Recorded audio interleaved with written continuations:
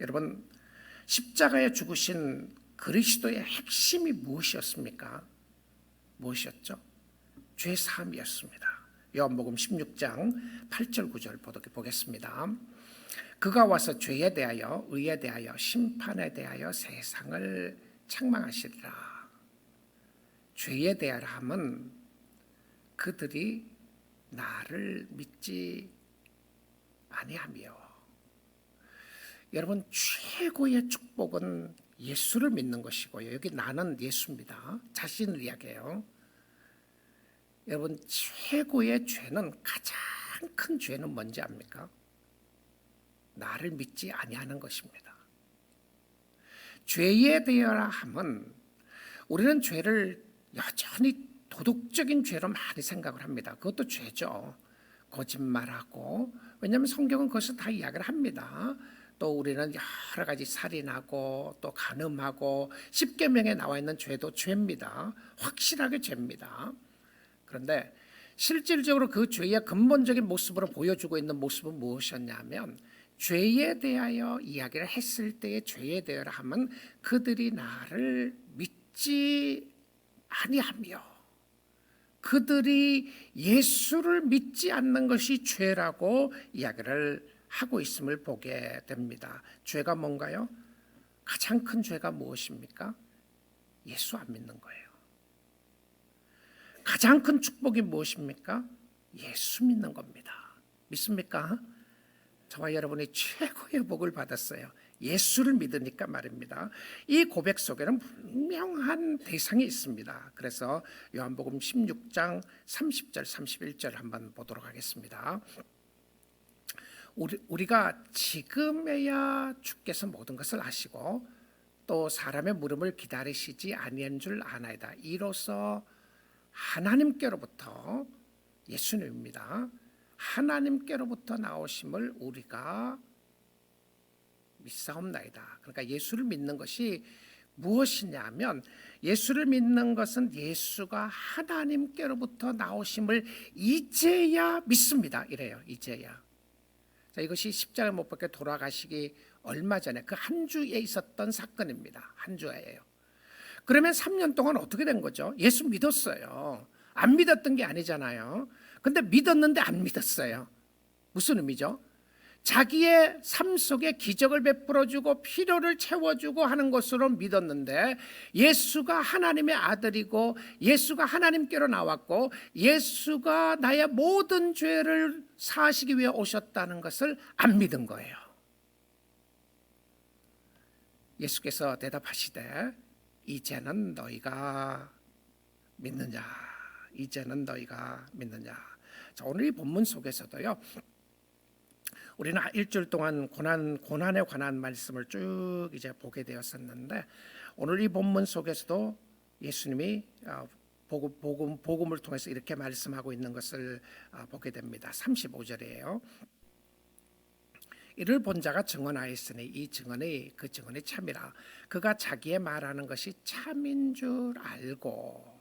자, 증언을 통해서 그리스도의 십자가의 증언입니다. 예수가 하나님의 아들이라고 하는 증거고요, 예수님이 하나님께로부터 나왔다고 하는 증거를 하면서 너희로 믿게 하려 함이니라. 여러분, 이 말씀을 보게 되면 너희가 믿게 하기 위함이다, 이렇게 안 돼 있어요. 똑같은 거 아닌가요? 너희가 믿게 하기 위함이다, 너희로 믿게 하려 함이니라. 다른 의미입니다. 자, 뒷부분에 너희로 믿게 하기 위함이라고 하는 것은 패시브 텐스로 수동태입니다. 수동태라고 하는 의미는 누군가에 의하여 믿어지게 되었더라, 이런 표현입니다. 내가 믿은 게 아니에요. 내가 믿은 것이 아니고 어떤 역사로 말미암아 내가 믿어지게 된 거예요. 사건을 통하여 믿어지게 됐는데 너희로 믿게 하려 함이니라. 자, 무엇을 이야기합니까?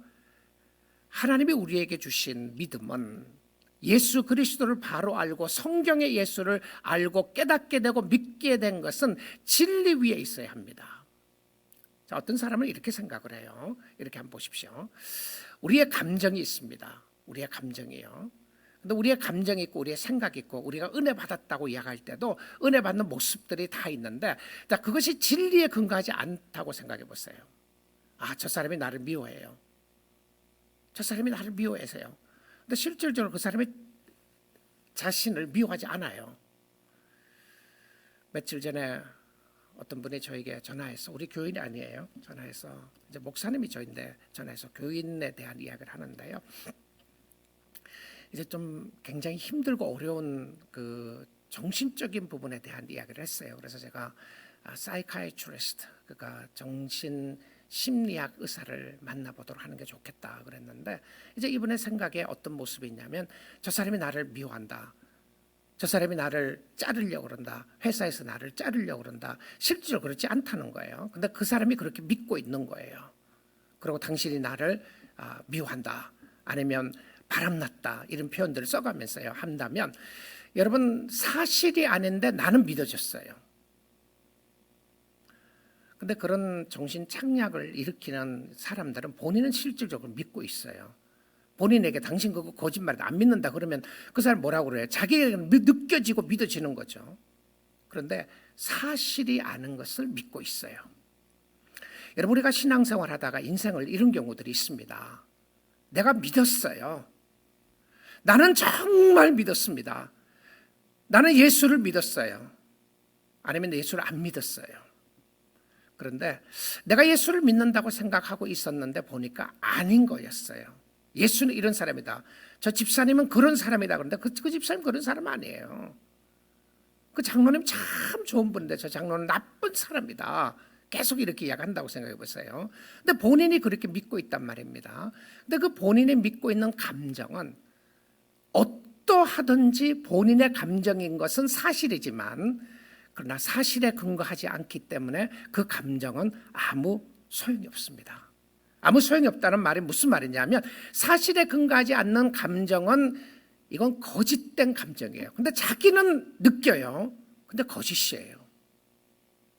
자, 오늘 이 말씀 속에서도 보게 되면, 우리가 믿음이라고 하는 것은 예수 그리스도를 올바르게 고백하고 있는 그 믿음, 내가 성경의 예수를 믿고 있는 그 믿음은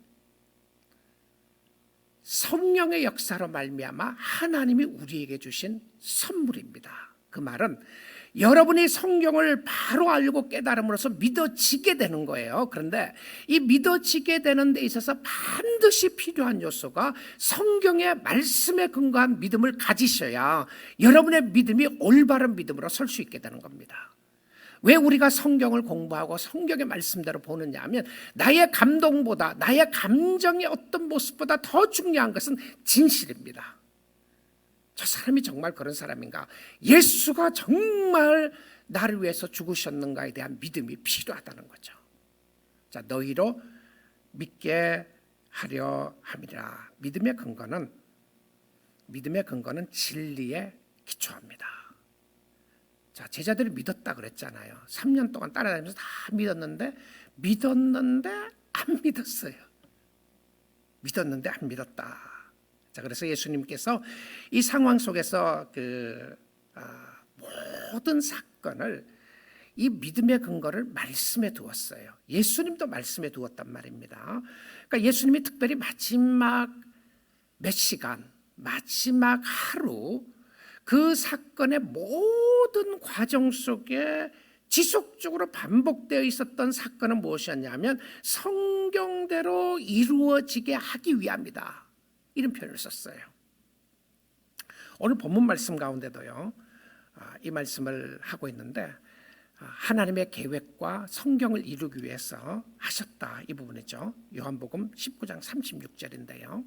이 일이 일어난 것은 그 뼈가 하나도 꺾이지 아니라 한 성경을 응하게 하려 함이라. 이 성경은 구약 성경입니다. 아시죠? 구약 성경이에요.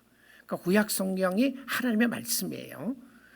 성경에서 이 뼈가 꺾이지 아니하라는 것을 응하게 하기 위해서 그의 뼈를 꺾을 수가 없었습니다. 사람들은 꺾으려고 그랬어요. 왜냐하면 빨리 죽게 하기 위해서 다리를 꺾는 그런 전통이 있었답니다.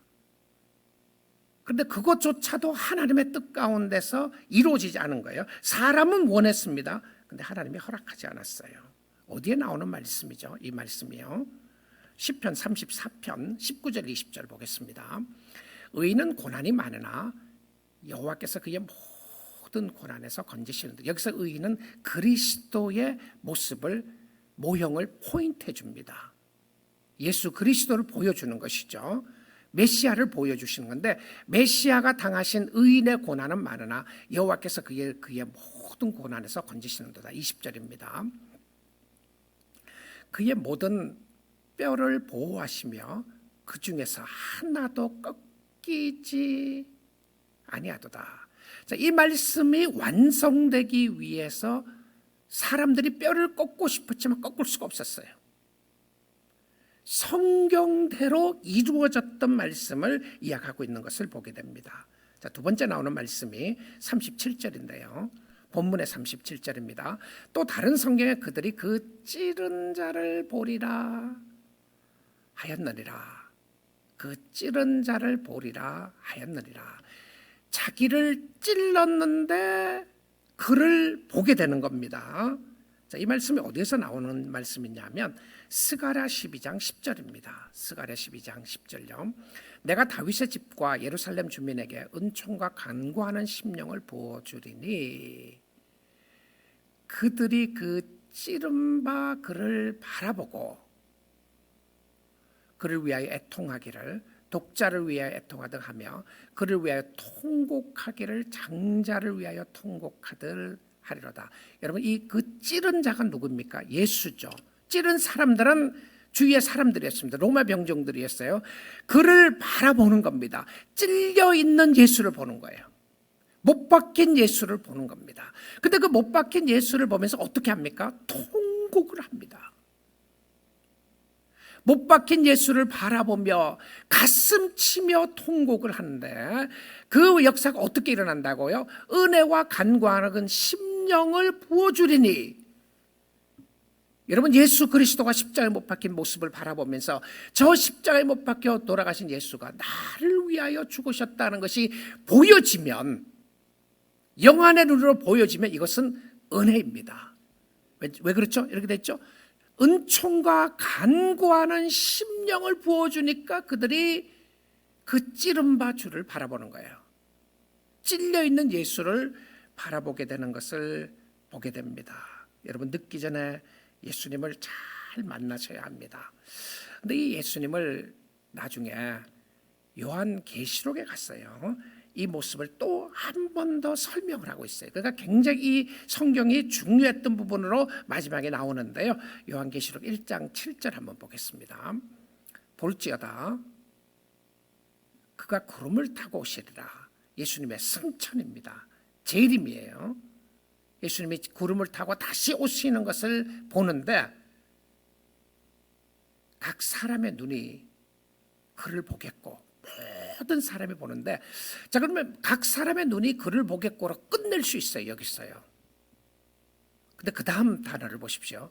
그 다음 문장 속에 그를 찌른 자들도 볼 것이요 땅에 있는 모든 족속이 그로 말미암아 애통하리니 그러하리라. 아멘. 통곡하듯 하리로다. 자, 예수 그리스도가 다시 오시는데 각 사람이 보는 사람이 있겠고, 그를 찌르는 자도 보는데 땅에 있는 모든 족속이 그로 말미암아 애곡하리니. 자, something is missing. 우리 아까 스가랴 말씀하고 요한계시록 말씀하고 조금 달라요. 어떻게 다르게 나오죠?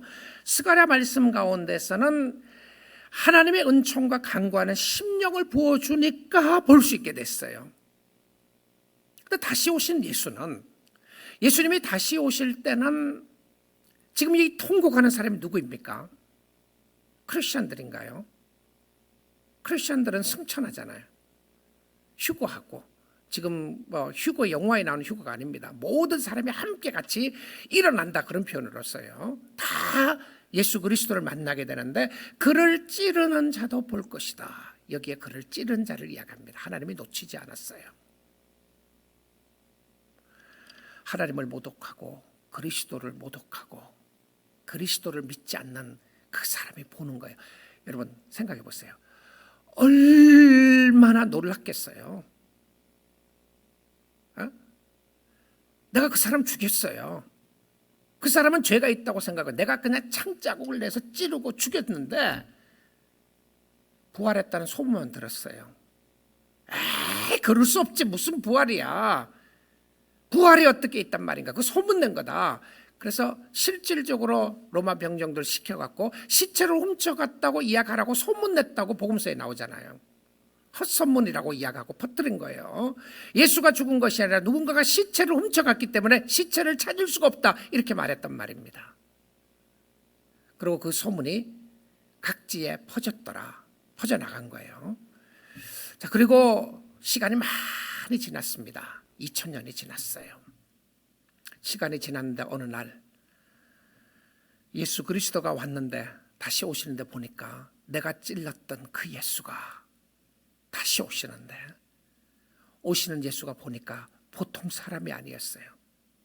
나는 그 사람이 죄라고 생각하고 죄인이라고 생각하고 찔렀는데 그 사람 보니까 만왕의 왕이었어요. 신이셨단 말입니다. 모든 주권과 모든 권세와 모든 것을 가지고 계시는 하나님이셨단 말입니다. 왕을 찔렀어요. 여러분, 왕을 찔렀다. 이건 뭐 끝난 거 아니에요? 왕에게 말 한마디 해도요 죽잖아요. 어디다가 처형하라, 그걸로 끝납니다. 왕족 시대는 그렇죠. 왕이 모든 절대적 권위를 가지고 있어요. 우리는 왕족 시대에 살지 않아요. 우리는 민주주의 사회에 살고 있는데 이 왕족 시대 속에서는 왕의 명령은 한마디는 모든 것을 다 담고 있습니다. 죽으라 그러면 죽는 거죠. 치라 그러면 치는 겁니다. 칠 수 없는데요? 그럼 다른 사람에게 이 사람의 목을 쳐라, 이러잖아요. 내가 죽지 않기 위해서 순종해야 되는 겁니다. 그런데 이 상황 속에서 그를 찌른 자가 볼 것이다. 여러분, 하나님 살아계십니다. 예수님 살아계시고요. 부활하신 손에 못자국 난 예수 그리스도를 우리는 구주로 맞이하는 백성들이 얼마나 영광이고 축복입니까? 주님 다시 오십니다. 주님 오셔서 우리의 상황을 보시고 함께 하시는데 너희로 믿게 하려 함이라. 자, 이 부분 마지막을 생각해 보겠습니다. 도대체 이 의미가 뭐죠? 이 의미가요, 예수의 죽음은 우연의 죽음이 아니라 약속의 죽음이었습니다. 이거 가르쳐주고 싶은 거예요. 예수의 죽음은 우연의 죽음이 아니라 말씀하신 대로 약속에 의하여 죽으셨던 약속의 죽음이었습니다. 또 우리가 이 말씀 속에 너희로 믿게 하려고 하는 것은 우리가 주님 앞에 순종하며 나아갈 때에 우리의 삶도 신실하신 하나님께서 지키시고 보호하시고 인도하신다고 하는 하나님의 약속의 말씀입니다. 하나님이 예수를 지키셨던 것과 같이 하나님이 예수를 믿는 저와 여러분을 끝까지 지키시고 보호하시고 인도해 주실 줄 믿습니다. 그리스도의 죽음이 나를 살렸습니다. 그리스도의 십자가의 고난이 나를 살리게 되었습니다. 왜 이렇게 모든 것을 계획하시고 정리를 세우시고 또 말씀하셨습니까? 왜 성경을 그냥 한 문장으로 쓰지 왜 이렇게 길게 또 많은 분량에 쓰셨나요? 왜 그런지 압니까? 우리로 하여금 하나님을 믿게 하기 위함이었습니다. 성경은 저와 여러분을 위하여 주어진 책입니다. 우리로 하여금 하나님을 믿게 하려 함이니라. 예수님이 오시고 고난당하시고 죽임당하시고 부활하시고 승천하시고 다시 오실 주님을 우리가 기다리는 것은 다 무엇에 근거합니까? 약속에 신실하신 하나님에 근거합니다. 여러분, 우리의 인생은 100년이라고 하는 인생을 보게 되면 긴 시간입니다. 길면 길고 짧으면 짧다고 하는 시간이죠. 우리는 100년이 문제가 아니라 1년 기다리는 것도 힘들어하죠. 아니, 1년이 문제가 아니라 어떤 것들은 일주일 기다리는 것도 힘들어합니다. 예수님 오신다더니 언제 오시나? 여러분, 그 예수님 오신다는데 언제 오시냐? 여러분 어릴 때부터 그 말씀 드렸죠. 저도 그랬어요. 저도 뭐 어릴 때부터 교회를 다녔으니까 예수님 곧 오신다. 예수님 곧 오신다. 그래서 어른들이 그래요. 예수님이 곧 오신다 그러놓고 아직도 안 오시잖아. 안 오시는 거야. 저희 부모님 때도 그랬습니다. 예수님 곧 오신다. 제 할아버지 때도 그랬어요. 자, 그러고 보니까 뒤로 쭉 가서 보니까 언제부터 그 이야기가 나왔나? 2000년 전에 나왔어요. 2000년. 아니 2000년 동안 다시 안 오셨는데 예수님 안 오신다 그러실 거예요. 자, 제가 뭘 말하려고 그러는지 아시죠? 2000년이 문제가 아닙니다. 천지가 창조될 때부터 지금까지 역사가 얼마나 됐을 것 같아요? 또 어떤 과학자들은 뭐 6000년이라고 하는데 저는 6000년이라고 생각하지 않습니다. 훨씬 더 많은 시간이라고 생각하는 사람인데요. 저는 창조설을 믿는 사람이에요. 하나님의 모든 말씀은 1.1획도 변함이 없는 하나님의 말씀으로 믿는데, 그러나 이 천지 창조가 6000년은 믿어야만 하나님의 말씀을 믿는다고 생각하지는 않아요. 그러면 저는 훨씬 더 긴 세월이 흘렸을 거라고 생각하는데 수만 년이 될 수도 있고 수억 년이 될 수도 있다고 생각을 하는데요. 자, 그때부터 성경이 틀린 것이 하나도 없습니다. 여러분 안 온다고요, 예수님이? 그러다가 죽으면 어떻게 하실래요? 자, 오늘 성경의 약속을 이렇게 계속 예수님의 죽으심을 세밀하게 다 성경을 이루게 하기 위함이었다고 하는 것은 저와 여러분이 약속에 신실하신 하나님이 계심을 알고 그 하나님을 믿으라고 하는 증거입니다. 그래서 여러분 구약 성경을 읽어보세요. 그리고 하나님이 무슨 약속을 하셨는지 보시고요, 신약 성경을 읽어보십시오. 하나님이 그 약속을 어떻게 이루셨는지 보셔야 합니다. 그래서 그 약속하신 하나님이 오늘 이 시대를 살고 있는 우리들에게 반드시 여러분에게도 그 약속을 이루어지게 될 줄 믿습니다. 세상이 뭐라 그래도, 주위의 사람이 뭐라 그래도 예수 그리스도는 살아계시고 예수는 다시 오실 겁니다. 여러분이 그 믿음을 꼭 붙잡고 주님을 섬길 수 있기를 주님의 이름으로 축복드립니다. 믿음에서 떠나시면 안 돼요. 믿음에서. 그런데 사단과 마귀와 세상은 우리를 믿음에서 자꾸 떠나게 하려고 그래요. 어려움도 줍니다. 너 그거 못 믿을 거다. 세상 봐라. 지금 어느 때인데 달나라가는 세상이 아니라 뭐 어디든지 이제 여행 가려고 하는 그런 세상인데 무슨 하나님이 2000년 전에 돌아가신 예수 그리스도를 믿느냐. 여러분 어떻게 하실래요? 누가 뭐라 그래도 하나님을 의지하고 나가는 하나님의 백성들은 믿음으로 살고 믿음으로 승리하게 될 줄 믿습니다. 승리하게 될 겁니다. 자, 마지막 한 구절만 보겠습니다. 예레미야가 3장 19절에서 24절인데요. 내 고초와 재난 곧 쑥과 담즙을 기억하소서. 이것도 우리가 실질적으로는 예레미야에 관한 부분이에요. 예레미야 자신이 선지자 중에서 정말 눈물의 선지자, 울면서 달았던 선지자 중에 한 사람이 예레미야였는데요. 이 예레미야가 자기의 고난을 이야기하는데 실질적으로 자기의 고난이 결과적으로 그리스도의 고난을 예표해주는 모습으로 설명해주고 있습니다. 자, 20절 볼게요. 내 마음이 그것을 기억하고 내가 낙심이 되오나 이것을 내가 내 마음에 담아두었더니 그것이 무엇이었습니까? 무엇이었나요? 고난이었어요. 그렇죠? 고난이었습니다.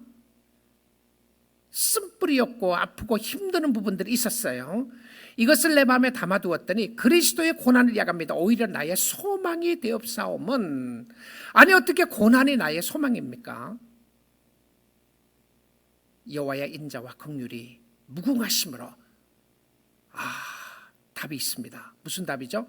나는 죽을 수밖에 없고 나는 고난당할 수밖에 없고 나는 고통스럽고 나는 힘들고 어려운 죄 가운데 있는데 이것을 내가 느끼게 하는 거예요. 그래서 이 죄로 말미암아 오는 아픔을 체험하고 느끼는 거 축복이 될 때가 있습니다. 무엇을 볼 때만? 오직 예수를 볼 때만. 자, 여호와의 인자와 긍휼이 무궁하심으로 죽어야 되는데 진멸되지 않는 것을 그가 느낀 거예요. 내 죄가 너무나도 큰 것을 깨닫게 되는데 내 죄가 깨달으면 깨달을수록 하나님의 인자와 긍휼이 풍성함을 본 거예요. 하나님, 내가 죽어 마땅한데 내가 이렇게 고난당하고 힘들어하고 어려워하는 모습이 있는데 그 상황 속에서 주의 인자와 긍휼이 너무 크심을 깨닫게 됩니다. 우리가 진멸하지 아니하니다. 23절입니다. 그것들이 아침마다 새로우니 주의 성실하심이 크시도이다. 정말 좋은 말씀이죠. 신실하신 주님, 이 성실하다고 하는 것이 God's faithfulness, 신실하신 주님입니다. 아침마다 새롭다. 하나님의 인자와 하나님의 사랑과 하나님의 긍휼이 아침마다 새로우니 주의 신실하심이 크시도소이다. 주의 인자하심이, 주의 성실하심이 큽니다. 24절입니다. 내 심령에 이르기를 여호와는 나의 기업이시니 그러므로 내가 그를 바라리라 하도다. 내 마음속에, 여러분의 마음속에 고백을 합니다. 여호와는 You are my portion. 여호와는 나의 기업이시니 그러므로 내가 그를 바라리다 하도다. 할렐루야입니다. 오늘 신실하신 주님 바라보시고 약속을 지키시는 하나님, 약속을 붙잡고 있는 자에게 반드시 그 약속을 지키셨고 지키실 것이고 오늘도 지켜주시는 역사가 있게 되는 줄 믿습니다. 약속은 성경에 하셨습니다. 말씀에 하셨어요. 그래서 오늘도 주님 붙잡고 주님 의지하시고요, 주님이 주시는 풍성한 역사하심을 바라보고 주를 섬기는 여러분 될 수 있기를 주님의 이름으로 축복드립니다.